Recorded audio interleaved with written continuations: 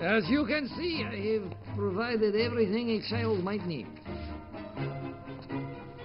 All right. Okay. As I was saying... Hey! Oh! Somebody broke that. Okay. Clearly, we need to set some rules. Rule number 1. You will not touch anything. What about the floor?